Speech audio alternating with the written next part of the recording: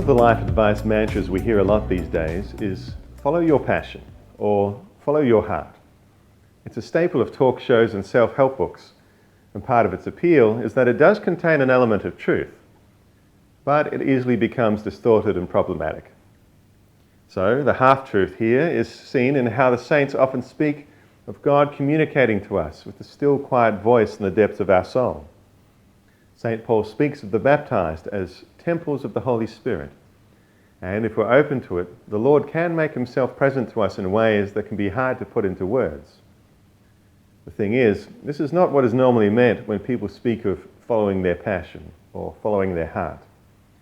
All too often what is meant is simply doing what feels right, or even worse, doing what feels good. And in this sense, you could say that a cheating husband is listening to his heart. He's doing what feels good. On the flip side, you would be hard-pressed to argue that Mother Teresa followed her heart to the slums of India. She didn't follow her heart, she followed the Lord. And what a loss it would have been for the whole world if she had not. The sad fact is that we all know people who have followed their hearts over a cliff, and broken lives, ruined marriages, and so forth have been the result. Anyone who suggests that your heart will always lead you in the right direction simply isn't paying attention to human history.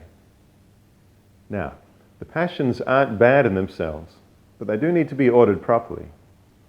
When free to roam wild, our passions can be fleeting, inconsistent, and prone to wild fluctuations.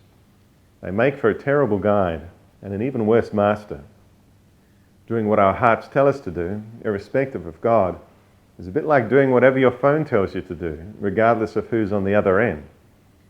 And the scourge of addiction shows just how easy it is to become enslaved by our heart's desires. The reality is that we human beings are far from perfect. Left to ourselves, we tend towards being weak, broken, corrupt, and selfish. You don't need to believe in the doctrine of original sin to realize this.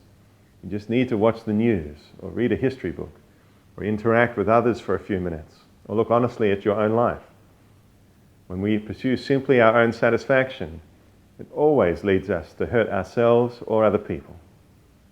Our hearts by themselves only lead us back into ourselves, where we risk collapsing in on ourselves.